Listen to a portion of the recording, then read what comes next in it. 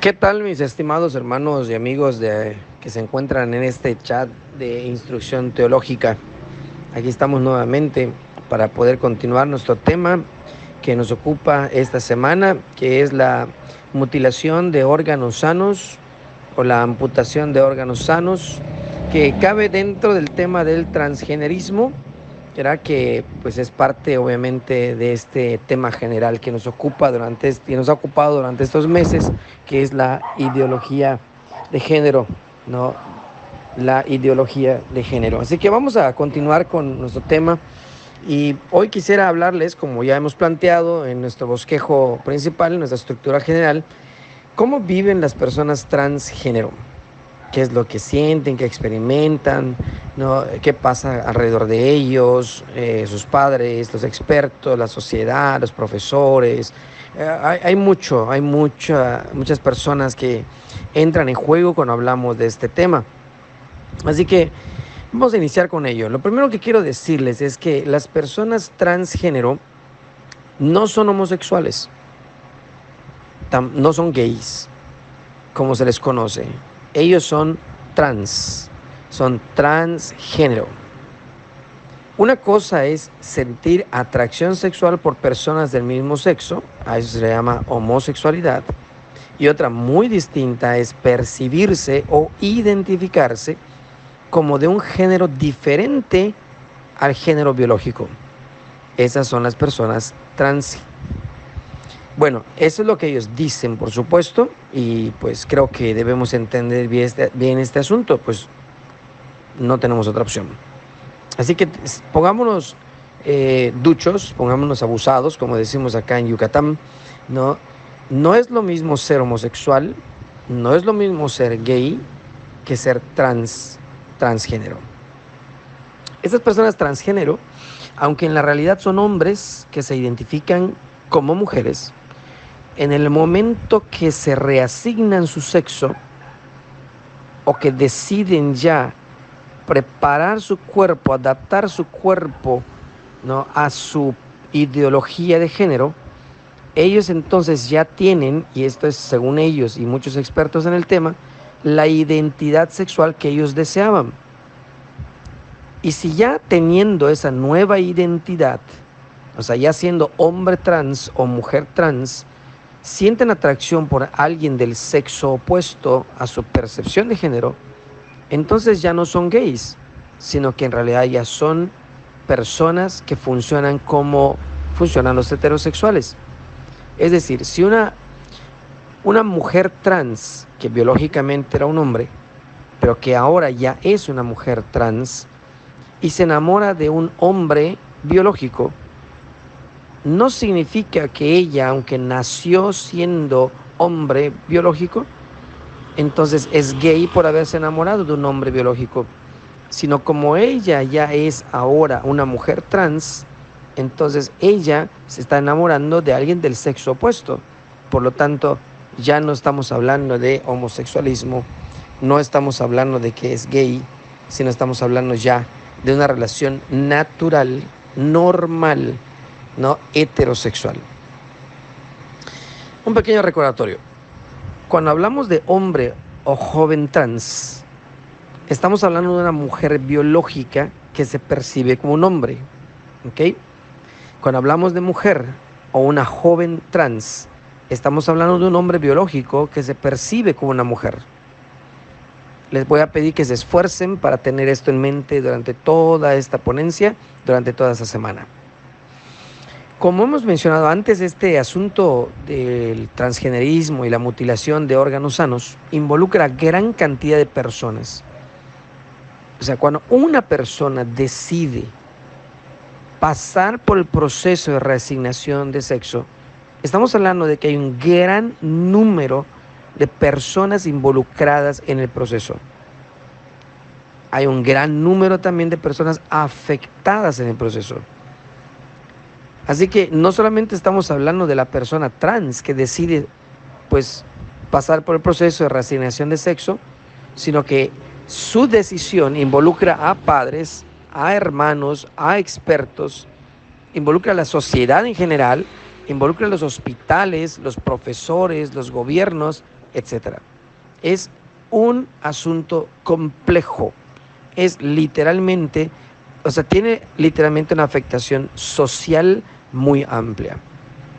Así que les invito a que empecemos a explorar este ambiente llamado transgenerismo, ¿no? Desde el punto de vista de la mutilación de órganos sanos o la reasignación de sexo. ¿Cómo viven estas personas? ¿Qué sienten? ¿Qué piensan? ¿Qué hacen? ¿Qué sufren? ¿Qué procesos tienen que seguir? ¿Qué es lo que ellos experimentan en todo este camino que deciden caminar?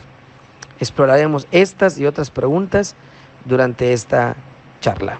Muy bien, empezaré esta segunda parte, este segundo audio diciendo, ¿no? O hablando acerca del drama de nacer y crecer atrapado en otro cuerpo. Quiero hablar acerca del problema, como le llaman estas personas, de estar en un cuerpo ajeno.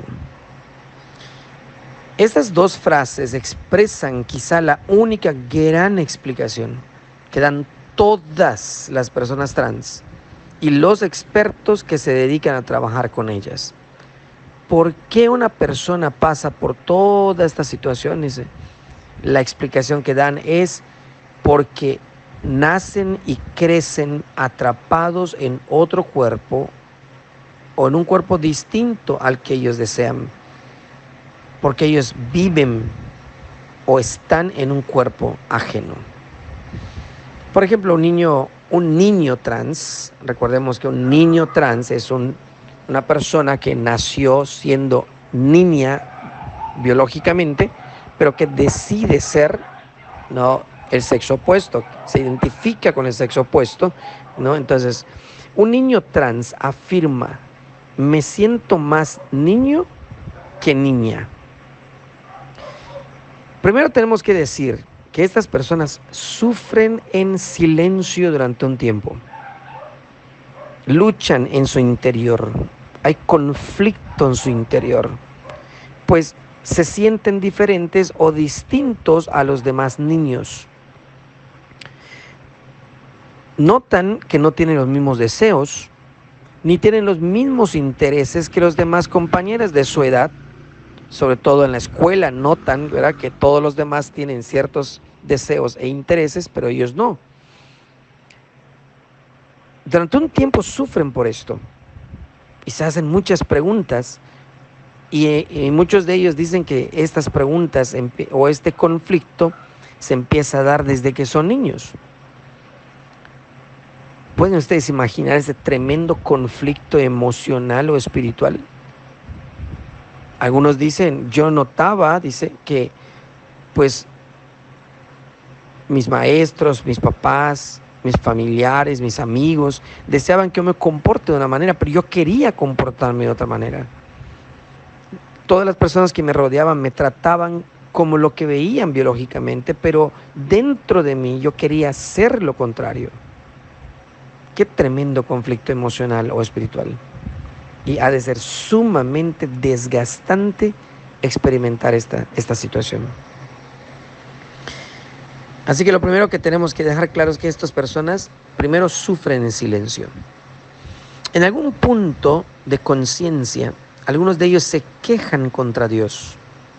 Le reclaman que los haya hecho de esa manera, que los haya puesto en un cuerpo equivocado. Obviamente, este pensamiento implica una incongruencia, pues por un lado dan a entender que creen en Dios, pero por otro lado no aceptan lo que Dios les ha dado. También esas personas sufren mucho mientras están en el closet, mientras en su interior tienen el conflicto, sufren mucho. Pero eso sí, se sienten felices cuando salen del closet. Son infelices cuando no pueden decir o hablar de su percepción de género. Y se dicen y se sienten totalmente libres cuando lo pueden hacer sin tapujos y a toda voz. Voy a poner unos ejemplos. Por ejemplo, un joven trans, es decir, una persona que nació siendo mujer biológicamente, pero que decide ser varón.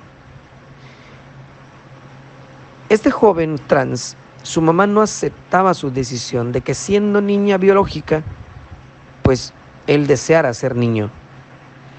Así que esta situación lo obligó a ser mujer y comportarse como tal. O sea, la mamá también obligó a este joven trans a ser mujer y a comportarse como lo que es biológicamente.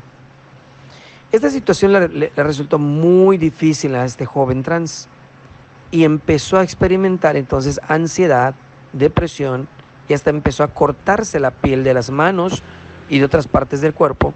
Y él dice, yo hacía cosas terribles, dice. Por ejemplo, yo me cortaba las manos y manchaba las paredes de su casa con sus manos sangrantes. Él dice que no podía soportar que lo obligaran a hacer lo que no deseaba hacer. Durante todo este proceso, su padre biológico también lo rechazó y eso también empeoró su situación. Entonces, ante todo esto, este joven trans empezó a pensar que no quería vivir, que no valía la pena la vida. Después de un tiempo, sus padres se separaron. Pero como su madre lo rechazó tajantemente, él decidió irse a vivir con su papá, aunque su padre tampoco lo aceptaba. Este joven dice, creo que si mamá no me hubiera rechazado, yo no hubiera cometido tantos errores. Eso es lo que él piensa. Esa es su explicación o la explicación de sus errores. Debido a todo esto, en algún punto de su vida, este joven trans se entregó al alcohol y en algún momento intentó suicidarse 1 y hasta 2 veces. Ahora él ya es un joven trans, ha superado mucho y ahora explica que ya ha pasado esa etapa. Pero él vuelve a dar su explicación. Él cree que se deprimía porque no estaba en el cuerpo en el que debería estar, que la razón de su infelicidad era estar en un cuerpo ajeno. Por eso sufría tanto. Esa es su explicación. Básicamente esta situación que acabo de describir en este ejemplo lo enfrenta casi toda persona trans. Es el mismo argumento que usan tanto acá en Cozumel como en China o en cualquier lugar, ¿no? Es el mismo argumento que usan tanto las personas trans como los expertos que los apoyan. Hasta ahorita yo no encuentro o no he encontrado otro argumento de peso suficiente que deba captar nuestra atención. Otro aspecto que debemos platicar también respecto a cómo viven estas personas es que muchos de ellos pasan por una etapa de lucha espiritual debido a que crecen también en ambientes cristianos, no necesariamente como nosotros lo entendemos, como cristianos auténticos, sino crecen en un ambiente tradicionalmente cristiano o son creyentes de alguna manera. Cuando inician o entran en conciencia de este conflicto de estar en un cuerpo ajeno, pasan por una etapa de lucha espiritual. Pues estas personas piensan que están viviendo en pecado, que están desagradando a Dios, que se van a ir al infierno, ¿verdad? Que están en pecado, que son unos cochinos pecadores, que son las peores lacras del universo. Pensar de esta manera les provoca mucha ansiedad en su vida. Sin embargo, después de un tiempo, esta lucha espiritual no dura mucho. Después de un tiempo se convencen que ellos no están mal, sino que los demás y hasta quizá Dios mismo es el que está mal. Pues apenas aceptan su realidad, ¿no? O la realidad que ellos dicen, apenas aceptan su percepción de género y salen del closet, empiezan a experimentar la felicidad y la libertad plenas. Y la conciencia, ¿verdad? O la idea de que vivían en pecado simplemente desaparece. Muchos de ellos incluso empiezan a explicar su actitud, su forma de vida, todo lo que son, como un regalo de Dios, como que es la voluntad de Dios, como que Dios así los creó.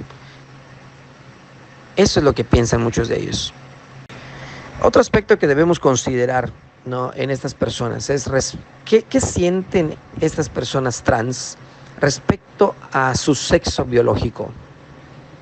Porque recordemos que ellos nacieron con un sexo biológico, pero se perciben, ¿verdad?, con otro género, ¿no? Nacieron con un género, pero se perciben con otro género. Bueno, al respecto, la mayoría de ellos expresan un tajante rechazo hacia su sexo biológico, al grado de que algunos de ellos hasta llegan a sentir repulsión por su sexo biológico. Incluso se vuelve algo así como su fobia o su mayor temor. Por ejemplo, una niña trans dijo: mi mayor temor en la vida es convertirme en ese horrible hombre, ¿no?, en el que nací. Esa es la expresión de esa niña trans. Otra joven, una joven ya más grande, otra joven trans, una mujer trans, dijo respecto a su sexo biológico: no quiero saber nada de ello, quiero olvidarlo por completo. De hecho, para poder olvidarlo, prefiero pensar que ese niño biológico con el que nací, fue tan valiente que decidió morir para que nazca esta princesa. Otro joven trans dijo también respecto a su sexo biológico: yo no fui niña, nunca lo fui ni lo seré. Esa niña biológica no era yo. Para mí, dice, ella está muerta. Yo siento que ella y yo no tenemos nada en común.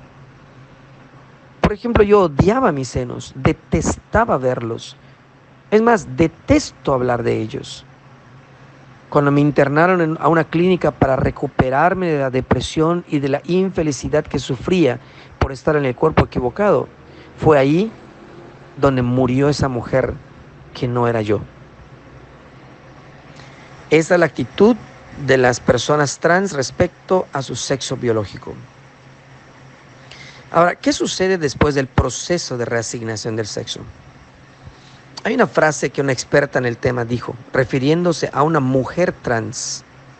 Esta experta dijo: terminó siendo una mujer hecha y derecha. Y si ustedes vieran el rostro de esta experta, era un rostro convencido de que esa mujer trans era una mujer hecha y derecha después de haber pasado por todo el proceso de reasignación del sexo.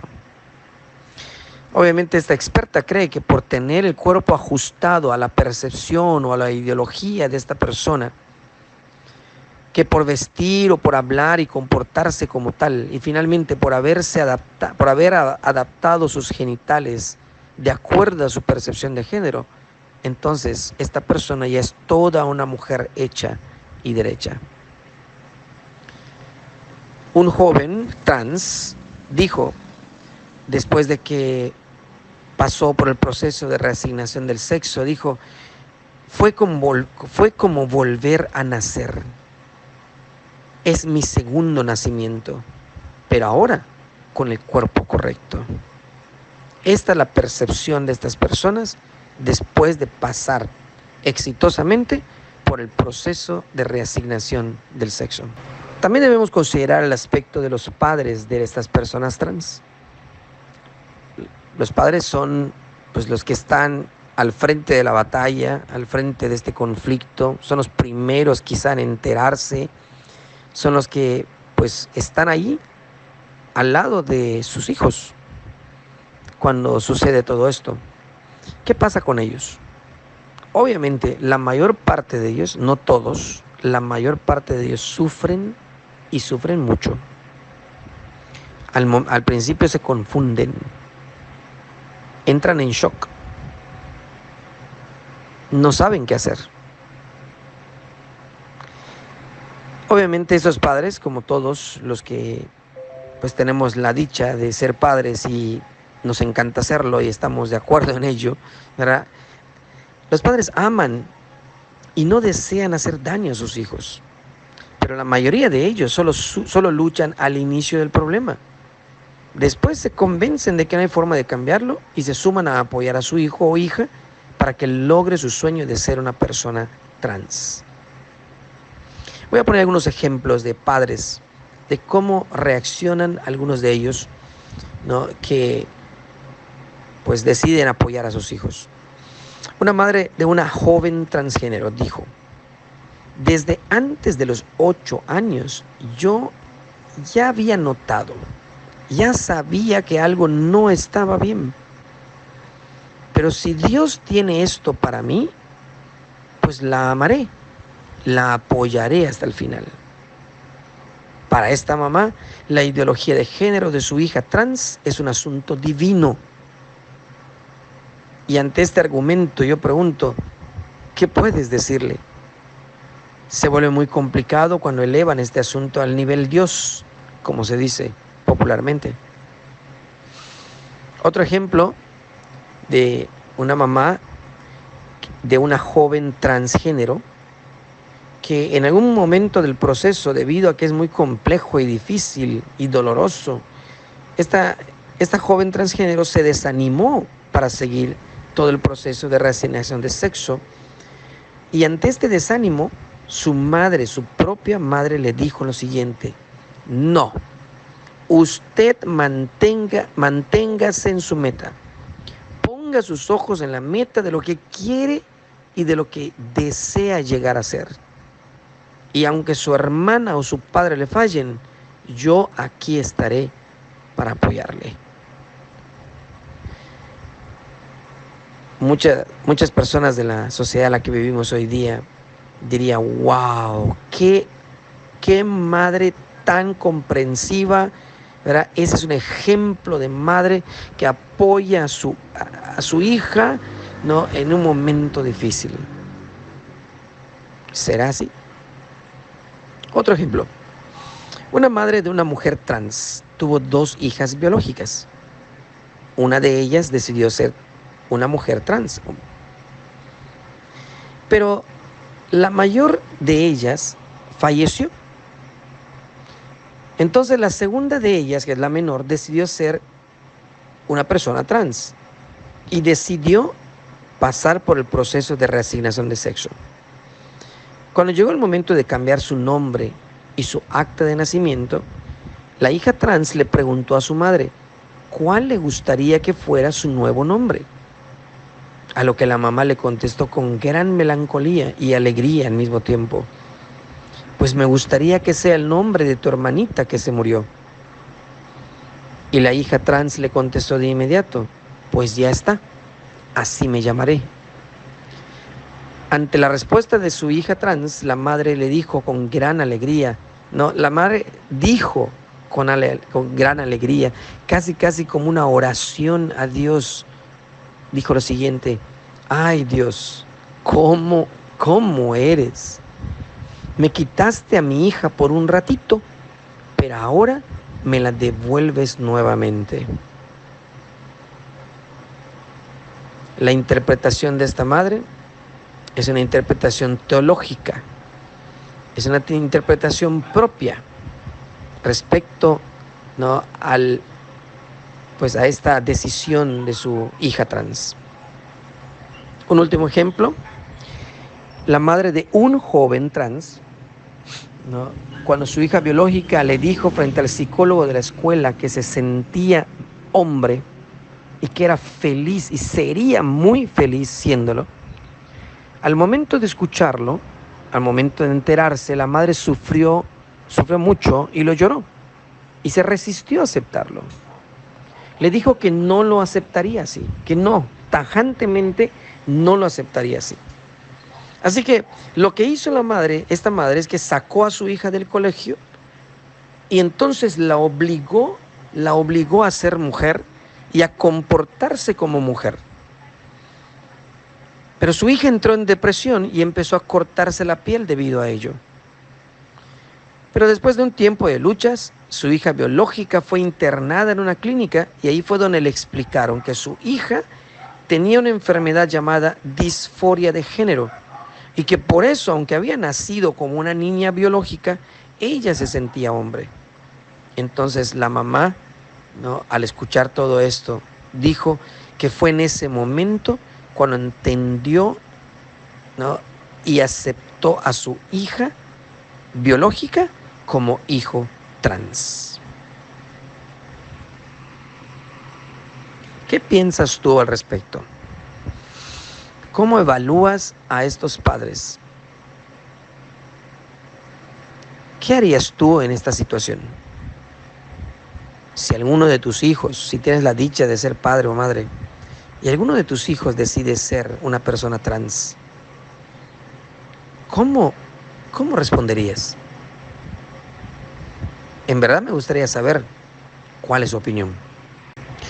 Otro aspecto que debemos considerar en este tema tan interesante acerca de la mutilación de órganos sanos o la reasignación de sexo en personas trans es acerca de la opinión o la postura de los expertos en el área.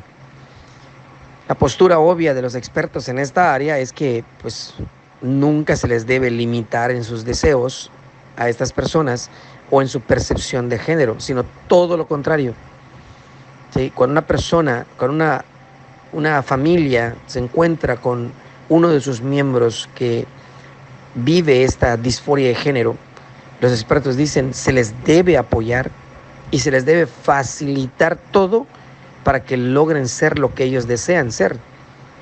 Porque de otro modo, y entonces esta viene la consecuencia, según ellos, enfrentarán graves conflictos emocionales que pueden llevarlos a vivir vidas miserables e incluso los puede conducir a intentar o a cometer suicidio.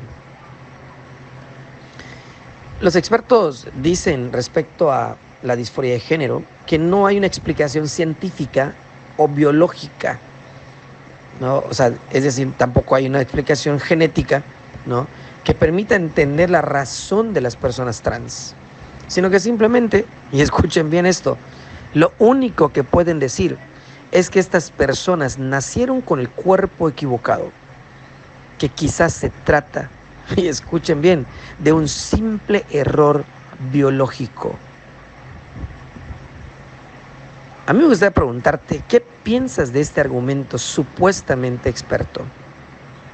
De manera seria, de manera lógica y coherente, ¿qué piensas tú de esto? Otro experto dice, ¿no?, respecto a la discusión de que si existe o no un tercer sexo conformado por las personas trans, ¿no? Esta persona experta en el tema y que ha trabajado con cientos de personas en Estados Unidos dice, yo no creo que haya un tercer género, ¿no? Obviamente se refiere a las personas trans, sino más bien las personas trans nos han ayudado, fíjense, a entender que el concepto de género, como lo concebíamos, es mucho más fluido, dice él, de lo que nos imaginamos. Gracias a las personas trans, según este experto, hoy podemos tener un mejor concepto, ¿no?, de género. Gracias a las personas trans que han contribuido a que los científicos entiendan esto, hoy tenemos una mejor idea, ¿no?, del género humano. ¿Cómo ves o cómo miras este argumento? Por último, el último aspecto que quisiera que analicemos o veamos respecto a este tema es, miremos a la sociedad en general. En muchos lugares o países, las personas transgénero que ya logran pasar por el proceso completo de reasignación de sexo y terminan siendo ya lo que ellos desean ser, porque esto lo han logrado muchos en el mundo, no es nada nuevo. Ya hay muchas personas, muchos casos de personas que han logrado reasignar su sexo de manera exitosa. Sobre todo, ¿no?, esto es muy importante, las mujeres trans lo logran con mayor facilidad. Es decir, los hombres que nacieron biológicos, pero que deciden modificar, mutilar o amputar sus órganos sanos, ¿no?, logran con mayor éxito esa reasignación, porque es más fácil quitar que poner.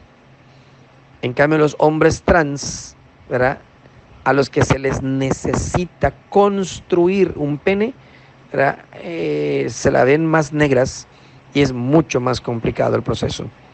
Pero bueno, cuando estas personas trans logran pasar por el proceso completo, ¿no?, y logran tener éxito y hasta logran tener parejas, ¿no?, y tener relaciones de tipo heterosexual, ¿no?, estas personas se vuelven personas icónicas en la sociedad, ¿no? Y estas personas que logran pasar por el proceso completo y logran llegar, o que logran llegar cuando menos a niveles avanzados de este complejo proceso, son consideradas, escúchenlo bien, como pioneras, ¿no?, o como personas muy valientes y por lo tanto deben ser admiradas y deben ser dignas de respeto, porque por su valentía, ¿no?, por su entereza para lograr pasar por todo este proceso tan complejo, tan difícil y tan costoso. Esta es la percepción de muchas personas en la sociedad cuando miran a una persona trans que logra pasar por el proceso completo de reasignación de sexo o de amputación de órganos sanos con éxito. Muy bien, vamos con la conclusión de esta noche, de este día, ¿no?, en el apartado que nos corresponde de acuerdo a lo planeado. Algo que tenemos que tener bien en claro, amados hermanos y amigos y todos los que escuchan, ya tenemos una primera generación trans. Eso es innegable. La primera generación transgénero ya está acá. Ya está haciendo de las suyas, ya está entre la sociedad, ya está promoviendo su pensamiento y ya está invitando y motivando a muchos más a hacer lo mismo que ellos. Ahora ya viene la siguiente generación. Los niños, como veremos mañana, desafortunadamente son el blanco principal, son el objetivo de los promotores de esta ideología para poder asegurar su permanencia. No, la pregunta es, ¿qué harás al respecto? ¿Qué haremos al respecto? ¿Cómo vamos a responder a esta situación? ¿Seguiremos siendo indiferentes? ¿Seguiremos aquí discutiendo de la vacuna? ¿Qué haremos al respecto? Respecto a los niños trans, actualmente hay un gran movimiento, y escúchenlo bien, latinoamericano. Hay un tremendo movimiento latinoamericano, ¿no?, que goza de la autorización gubernamental y goza del financiamiento tanto privado como gubernamental, que promueve y financia el transgenerismo infantil y está tomando tremenda fuerza, ¿no? Y en México, pues yo soy mexicano y estoy en México, ya empezó también.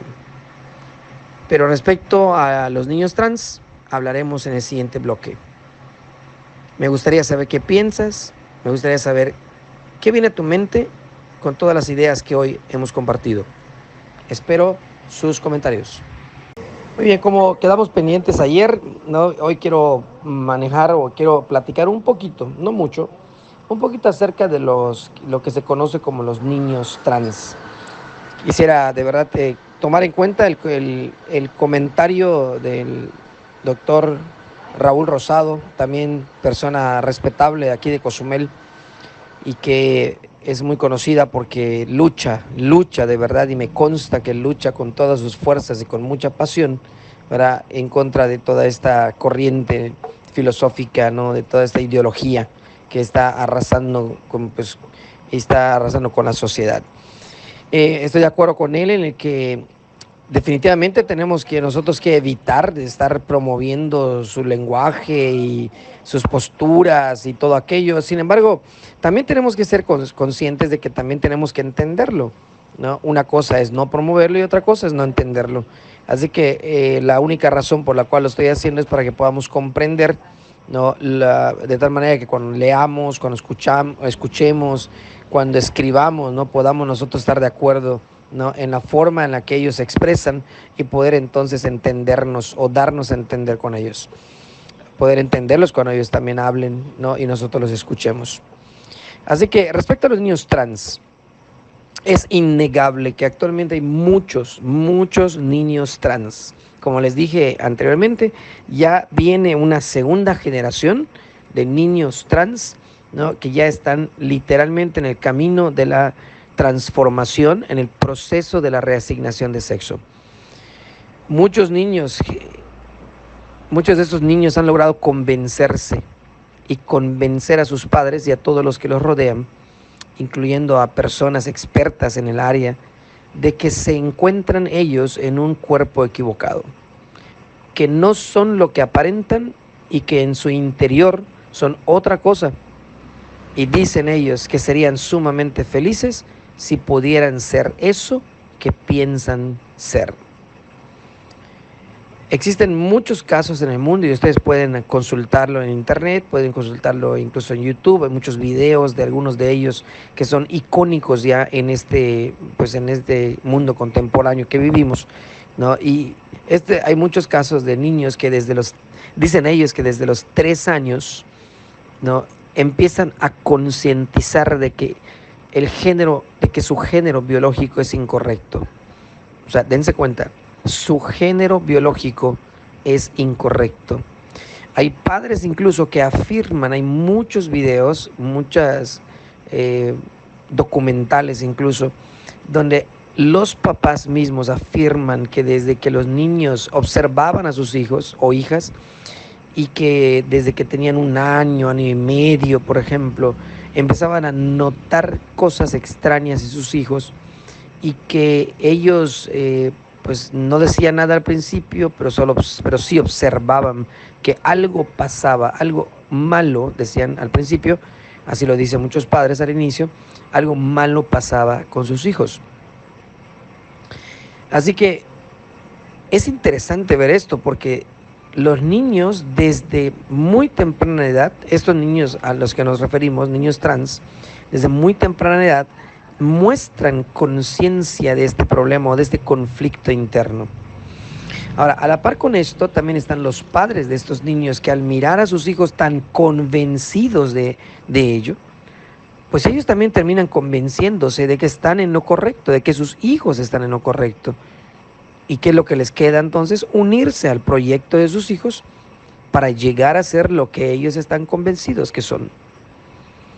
Resulta, de verdad hermanos, de verdad amigos, resulta realmente impactante, impresionante, hasta incluso me atrevo a decir que resulta choqueante ver y escuchar a estos niños, porque a pesar de su corta edad, hablan y se expresan tanto en palabras como en su lenguaje corporal, como personas convencidas.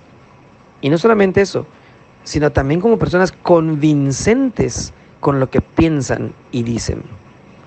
No miras tú actores pagados, no miras a niños forzados o empujados a hacer o decir tal cosa.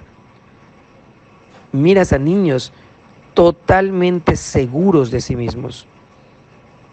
Hay infinidad, muchísimos videos que documentan esto que estoy afirmando. No miras a niños forzados, miras a niños convencidos y convincentes de lo que dicen ser o de lo que ellos dicen sentir. Por ejemplo, una niña llamada Cata, ¿no? Cataleya, también así se da a conocer ella, que ella es una figura icónica trans, ¿no? De apenas 10 años de edad. Y a esa edad, esta niña dijo ¿no? Afirmó, y si vieran ustedes el rostro de esta niña, de verdad que se sorprenderían de ello. Ella dijo, es nuestra vida y nadie más tiene que decirnos qué hacer o qué ser. En verdad, debieran ver su rostro en el momento en que lo dijo. Es impresionante. Esta misma niña también dice, ¿no? O afirmó lo siguiente: me siento agradecida con Dios porque Él siempre estuvo conmigo. Me trajo buena suerte. Palabras textuales de la niña. En estos momentos, dice ella, soy más feliz que cualquier otro día y cualquier otro momento que he pasado. Ella se refiere o hace alusión al hecho de que es un día en el que sus padres ya la aceptaron, sus amigos, o sea, su hermana incluso ya la aceptó como tal, ¿no? Sus amigos la han aceptado como tal, sus familiares la han aceptado como tal. Entonces dice, es en esos momentos, o sea, momentos de aceptación por parte de todos, soy más feliz que cualquier otro día. Como Cata, hay muchos ejemplos, hermanos, alrededor del mundo, de niños y niñas que con el apoyo de sus padres están transitando por el proceso transgénero. Es por eso que hoy los gobernantes, los políticos, los legisladores están luchando encarnizadamente para poder lograr establecer leyes que faciliten todo este proceso, que es engorroso, que es largo, que es complejo, que es difícil y costoso, pero que si las leyes lo establecieran como algo legal, algo gratuito, simplemente el camino estaría abierto para ellos y muchos que aún están dentro del closet seguramente saldrían para poder lograr su objetivo. Así que analizando todo esto, mi pregunta para ustedes, ¿no? O para muchas personas, ¿no? Sería la siguiente: ¿todavía creemos que los niños son inocentes? Porque esta es una creencia bastante común en muchas personas, aún dentro de nuestras iglesias, que los niños son inocentes. ¿En verdad creen tal cosa? Sin embargo, también debo reconocer que todo esto que acabo de mencionar es lo que sucede en el mundo occidental. Pero también hice una investigación respecto a qué sucede con estos casos en el oriente, ¿no? En el oriente del mundo. Y quiero hablar específicamente de un lugar, de un país que es Afganistán. Y también, hermanos, hay muchas evidencias, ¿no? Muchas evidencias en el internet respecto a estos casos. En Afganistán, por ejemplo, ustedes saben muy bien que las mujeres no tienen las mismas oportunidades que los hombres. De hecho, la sobrevivencia de una mujer depende de la presencia de un hombre en su vida. Puede ser su esposo o puede ser un hijo varón, pero su sobrevivencia depende de ello. Debido a ello, entonces, existen casos en Afganistán en los que algunos padres, ya sea ambos padres o uno de los padres, una madre, por ejemplo, decide simplemente tratar a sus hijas biológicas como hijos varones y los visten, los tratan, los educan como tales. Y así crecen, sin que los demás lo sepan, sino solo la propia familia. También hay casos en los que las muchachas, en Afganistán también, en las que las mismas muchachas, después a cierta edad y a cierto nivel de conciencia, deciden por sí mismas vestir y comportarse como niños. Son niñas biológicas, pero que deciden portarse y vestir como niños, llevar una vida de niños varones.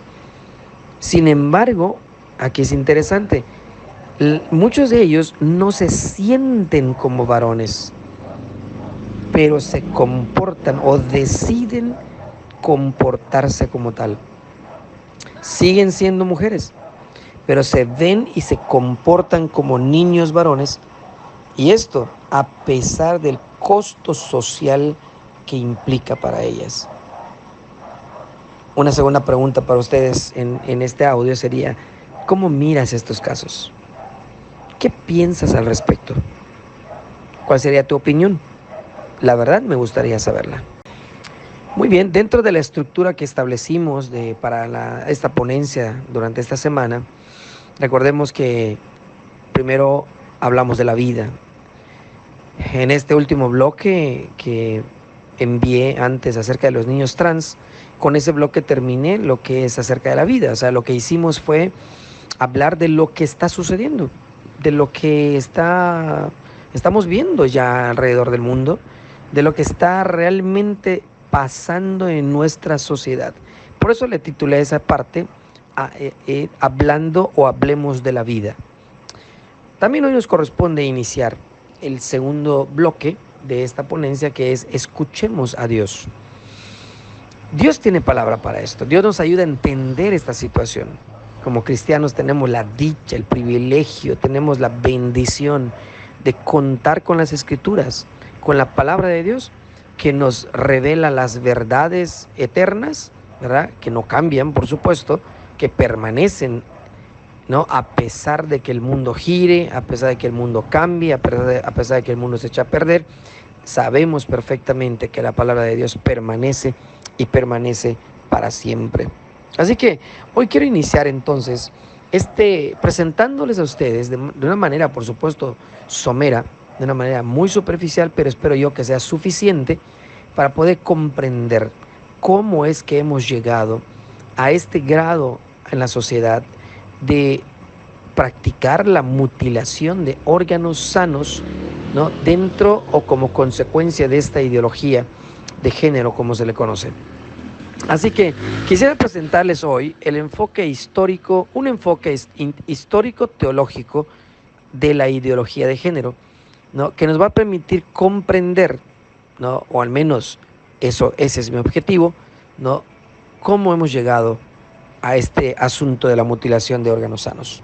Muy bien, quiero iniciar esta presentación histórico-teológica de la ideología de género con lo que algunos le han llamado, y pues yo también estoy de acuerdo con ello, con un boicot. El boicot que Satanás está realizando del plan de Dios a través de ideologías. Ese boicot al que nos referimos inició en el Edén y se ha ido perfeccionando y se ha ido agudizando con el paso del tiempo. Su autor intelectual ha sido y está siendo cada vez más efectivo en sus estrategias.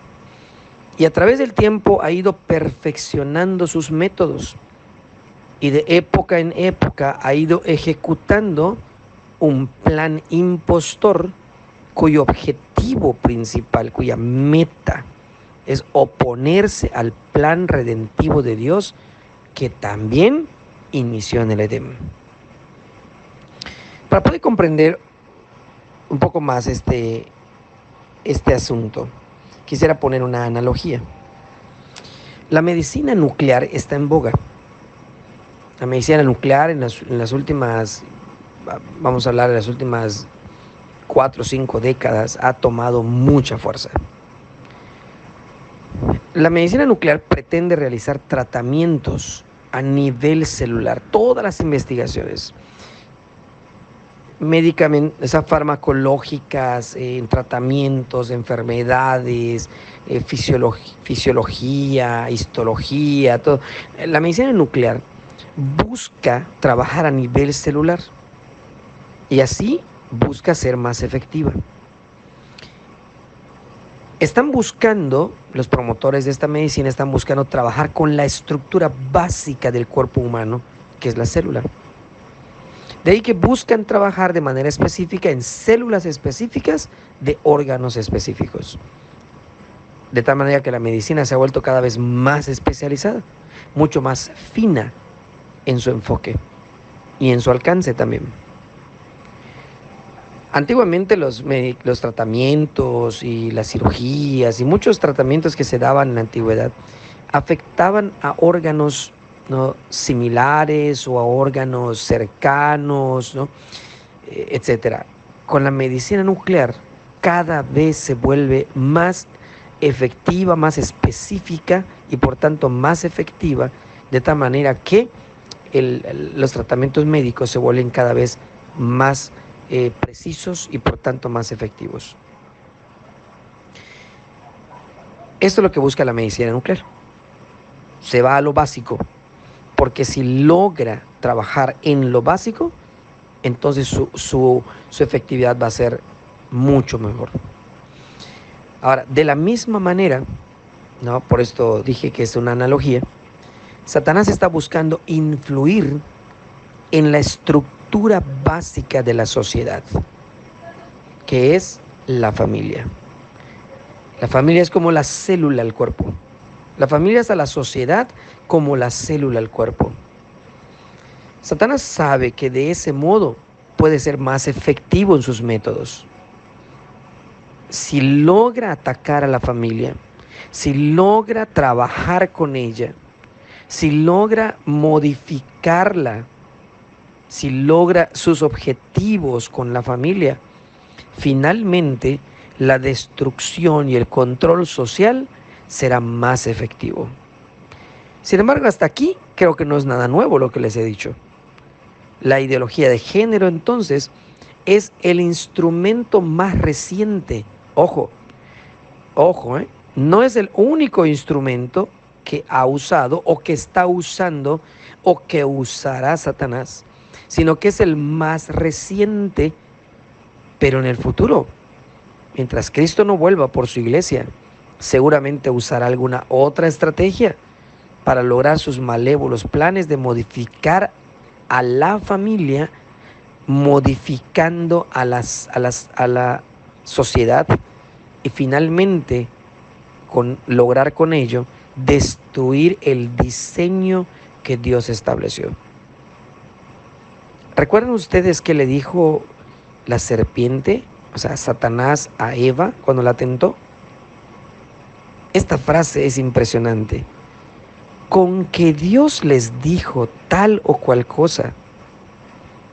Y continuó, no es cierto. Esta frase nos deja ver la metodología ideológica que ha usado Satanás desde el principio y hasta el día de hoy no ha cambiado. Solo cambia en su forma, pero no en su fondo. Con que Dios dijo tal o cual cosa. Y continúa, no es cierto.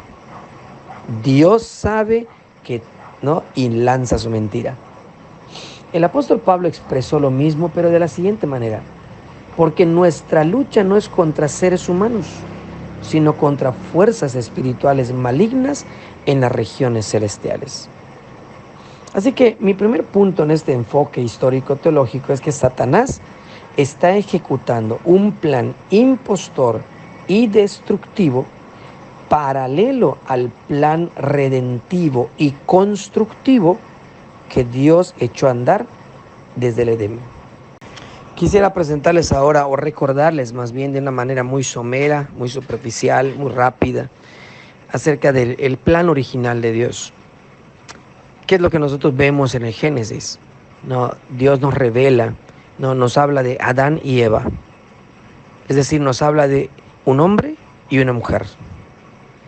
Y obviamente desde el punto de vista reproductivo estamos hablando, o es lo mismo decir, esperma, espermatozoide y óvulo. Este es el diseño de Dios, este es el diseño original de Dios. Si este diseño, Adán y Eva, hombre y mujer, espermatozoide y óvulo, es destruido, se destruye el diseño. Satanás, el mayor impostor del universo, se opone a todo lo que Dios diga o haga. Por ejemplo, en el Edén, Dios dijo a Adán y a Eva: no toquen de este árbol, porque si lo hacen, morirán. Satanás le dijo a Eva y a Adán: no es cierto. Dios sabe que el día que ustedes lo toquen, serán como Él. Y así se echó a andar el plan impostor que busca acabar con el plan original de Dios. Otro concepto interesante que tenemos que mirar dentro de este contexto y dentro de este enfoque histórico-teológico es acerca de la imagen de Dios. Dios creó al ser humano a su imagen y semejanza, ¿no? Y lo creó con la capacidad de reproducir esa imagen tantas veces, ¿no?, como sea posible. Y dejó al ser humano la libertad de poder decidir, ¿no?, cuántas veces reproduce esa imagen de Dios a través de ellos. Los hizo hombre y mujer para que esto fuera posible. Sabemos muy bien que una mujer no puede reproducirse por sí misma, necesita de un hombre. Un hombre no puede reproducirse por sí mismo, necesita de una mujer. Ese es el diseño. Ese plan de Dios para reproducir su imagen solo se puede conseguir a través de un hombre y una mujer. Pues a través de la procreación, ¿no?, sabemos muy bien que la imagen de Dios se reproduce y se multiplica. Y de ese modo, ¿no?, Dios echó a andar también su estrategia administrativa para este planeta, ¿no?, porque a través de un hombre, una mujer y sus hijos, el planeta es cuidado y administrado. Este es básicamente la metodología administrativa de Dios para este planeta. Dios otorgó al ser humano su imagen espiritual. Sabemos y conocemos muy bien el significado de ello. Pero también le dio al ser humano un diseño físico único, hombre y mujer. Ese fue el diseño físico que Dios le otorgó.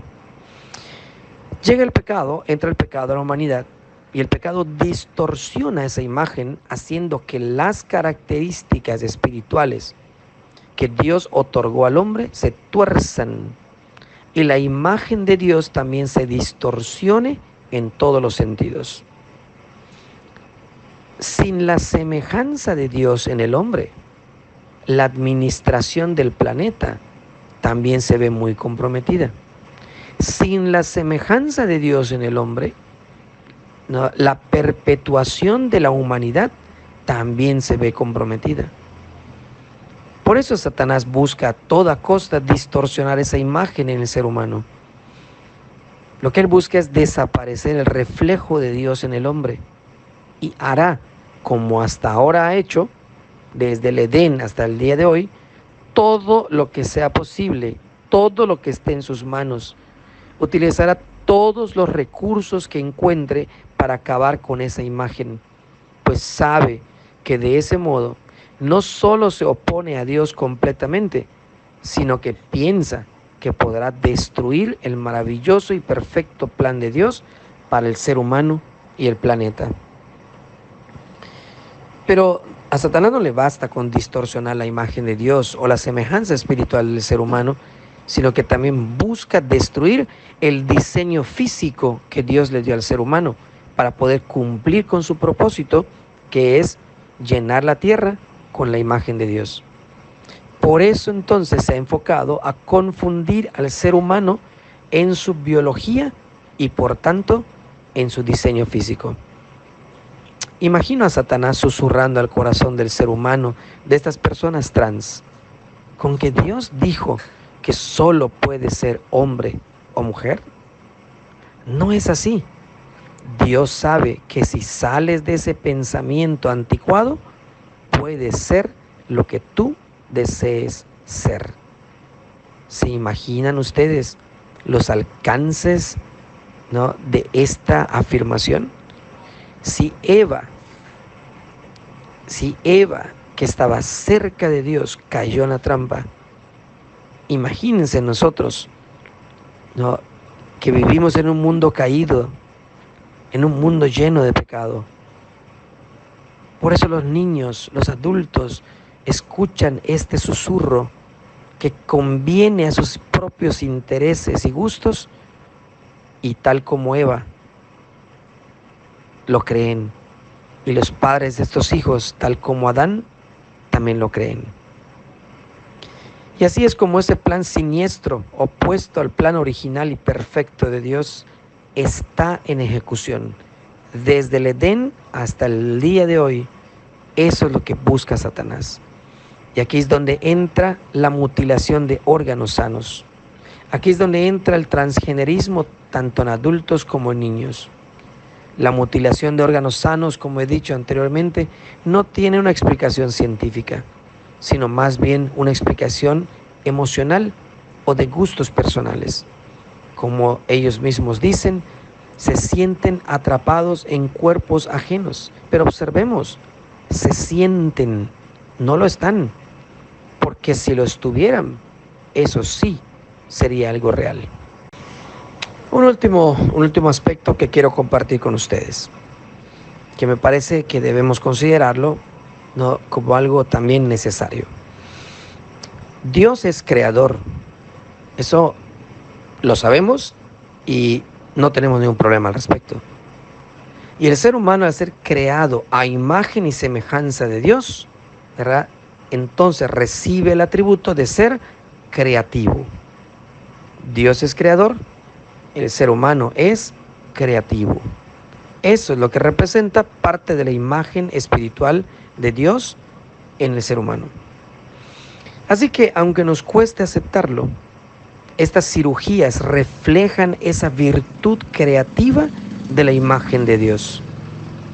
Pues les digo una cosa, se requiere ser altamente creativo para poder realizarlas. No es fácil construir una vagina a partir de un pene y que sea estético y funcional. Mucho menos construir un pene a partir de un clítoris y que sea estético y funcional. Bueno, por supuesto, suponiendo que se les puede llamar pene o vagina a semejantes resultados.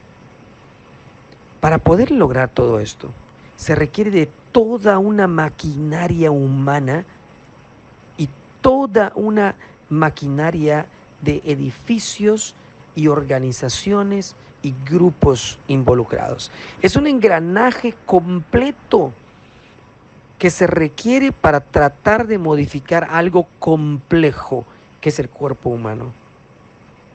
Estamos hablando de equipos grandes, equipos médicos y no médicos completos, equipos integrales, muy complejos que entran en juego para poder realizar la transformación de una sola persona. Literalmente, son decenas de personas que se necesitan para lograr el objetivo. Pero esto es lo impresionante.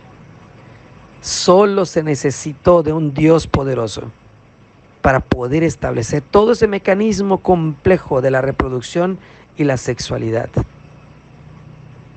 Lo que Dios hizo solito, por sí mismo, con su propia palabra y con sus propias manos, el ser humano requiere hacerlo en grupo de decenas de personas y aún así les sale mal. Profesando ser sabios, se hicieron necios. Por eso Dios los entregó a que cometan todo tipo de pasiones y de pecados vergonzosos, llegando a utilizar, ¿verdad?, el cuerpo, ese hermoso cuerpo que Dios nos dio, de forma opuesta a la naturaleza. ¿Qué piensas al respecto? Me gustaría escucharte. Muy buenas noches tengan todos ustedes, los que están aquí dentro del grupo de instrucción teológica. Hoy es nuestro cuarto día en nuestra ponencia que se refiere a la mutilación o a la amputación de órganos sanos dentro del tema general de la ideología de género bajo la lupa. Hoy nos corresponde, como ya he mencionado en la estructura general de la ponencia, el futuro. ¿Cuál es el futuro de la sociedad como consecuencia de la influencia de la ideología de género? ¿Acaso la amputación de órganos sanos, ¿no?, o la mutilación de órganos sanos afecta realmente a la sociedad? ¿De qué manera? ¿Hasta dónde puede esta situación o esta decisión de personas de mutilarse y de amputarse órganos sanos puede afectar a la sociedad en general? ¿Recuerdan ustedes que hace aproximadamente 3 a 4 décadas el relativismo era la filosofía dominante del momento? Esa era la ideología dominante. Hoy ha cambiado. Ya no es el relativismo, que dejó sus secuelas bastante serias y desagradables en la sociedad, Pero hoy la tendencia filosófica dominante ya no es el relativismo, sino el subjetivismo. El fundamento de la ideología de género y de la amputación de órganos sanos es el subjetivismo. Toda la decisión de mutilarse o de amputarse los órganos está basado en la percepción, una percepción individual de la identidad personal, en lo que está basado en lo que pienso que soy, en lo que deseo ser. Y todo esto está en el plano subjetivo. Y si lo objetivo, que es lo físico, no está acorde con ello, pues necesito cambiarlo. Esta es la filosofía, esta es la ideología de las personas que deciden amputarse o mutilarse sus órganos sanos por no estar acordes con su pensamiento o con la percepción de su propia realidad. ¿Qué es una ideología? Una ideología es una forma de interpretar el mundo, que aunque no siempre es verdadera, permite a sus promotores entender el mundo a su propia manera. Y eso los hace sentir bien. Nuevamente surge lo subjetivo. Por eso se le llama ideología. Ha habido ideologías desde el Edén y a través de la historia de la humanidad. Por lo que la ideología de género que estamos hoy pues mirando bajo la lupa es solamente una más, o uno más de muchos intentos que han habido para desarticular el diseño perfecto de Dios y que desafortunadamente no será la última, pues seguramente surgirán nuevas en el futuro. Significa entonces que como es una nueva ideología y siempre han habido de ellas, ¿no debemos preocuparnos por ello? De ninguna manera, todo lo contrario. Toda sociedad es responsable de lo que sucede en su época. Por lo tanto, nosotros somos responsables de lo que suceda en esta época. Debemos recordar que una ideología no siempre corresponde a la realidad. Como dije hace un rato, no toda ideología será siempre verdadera, pero toda ideología representa los intereses de una determinada clase social que buscará echar raíces y tomar el control de la sociedad a toda costa. Por eso toda ideología termina politizándose o legalizándose, pues así, al lograr ser un movimiento político y ser un movimiento legal, pues asegura su arraigo y perpetúa su permanencia. Sin embargo, en el caso de la ideología de género, no solo busca politizarse, sino también busca socializarse. Es decir, intentan a toda costa, sin importar edad, raza o sexo, sin importar quién caiga o quién esté en el camino, intentan socializar y culturalizar un asunto biológico. Es decir, buscan sustituir la realidad con una ideología, usando la política y la sociología como sus herramientas. Están buscando socializar o culturalizar algo natural, que es la sexualidad, e intentan sustituirlo con una idea sociocultural que es el género. Este movimiento cambia el origen de la sexualidad de ser un asunto natural o biológico a ser un asunto sociocultural. Es decir, ellos dicen que la sexualidad es un asunto construido por la sociedad. Y por lo tanto lo que necesitamos es deconstruir. Y hasta en eso no usan la palabra destruir, porque deconstruir se oye mucho más elegante y mucho más actual. Entonces ellos dicen que necesitamos deconstruir, o lo que es lo mismo, destruir esos conceptos antiguos, opresores, para poder llegar a ser lo que deseamos ser. Este es el argumento de aquellas personas que deciden transitar por el camino de la amputación de órganos sanos con la finalidad de reasignarse un sexo que esté acorde con su percepción o su identidad. ¿A dónde nos llevará esta filosofía? Esta ideología no solo se mete con nuestros cuerpos. Como ya expliqué, trata de socializar un asunto biológico. No se conforman con ello, sino que también ataca a lo más íntimo de nosotros, ataca nuestro corazón, ataca nuestra conciencia.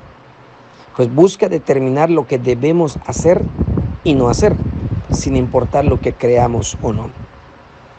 Existe un fenómeno llamado efecto o conocido como efecto mariposa.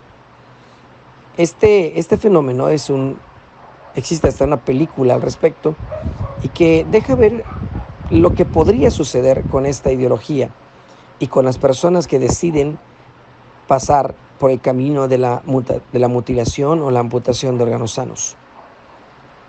Este efecto mariposa se conoce por la siguiente frase: el aleteo de las alas de una mariposa se puede sentir al otro lado del mundo. También la siguiente frase es famosa para entender este efecto mariposa.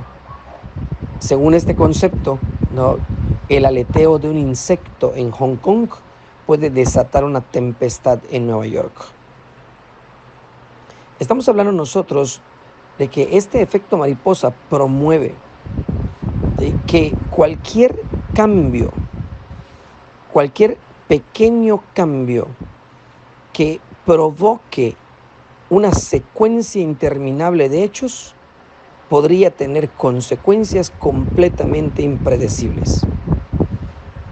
Cuando miramos nosotros entonces a estas personas que transitan por el proceso de reasignación de sexo y por supuesto por la mutilación de órganos sanos, nos ponemos a pensar, ¿qué es lo que provocará en estas personas? ¿Qué provoca que una persona individual, una sola persona, decida mutilarse los órganos sanos? ¿Será que alguna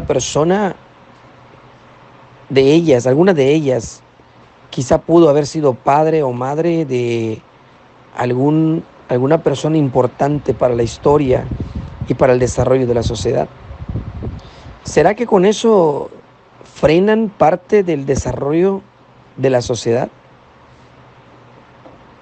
Creo que, como el efecto mariposa dice, no sabemos qué es lo que puede suceder con que una persona decida transitar con ello. Las consecuencias de mutilarse los órganos sanos son totalmente o completamente impredecibles. También quisiera utilizar otro ejemplo para poder entender o poder tratar de mirar o especular, si quieren verlo así, ¿no?, el futuro de esta ideología. Quisiera que ustedes vean también la amputación de órganos como un callejón sin salida. No sé si alguna vez te has sentido o te has encontrado a ti mismo en un camino, ¿no?, y llegas al final y no tiene continuidad. En Yucatán se le conoce como una chopcalle o como una calle ciega. Es un callejón sin salida. Te metes a ella y cuando no conoces el camino, ¿verdad?, crees tú que vas a ir a algún punto, crees que te va a llevar a algún destino, para que finalmente te encuentres en una calle ciega o en un callejón sin salida y no sepas qué hacer.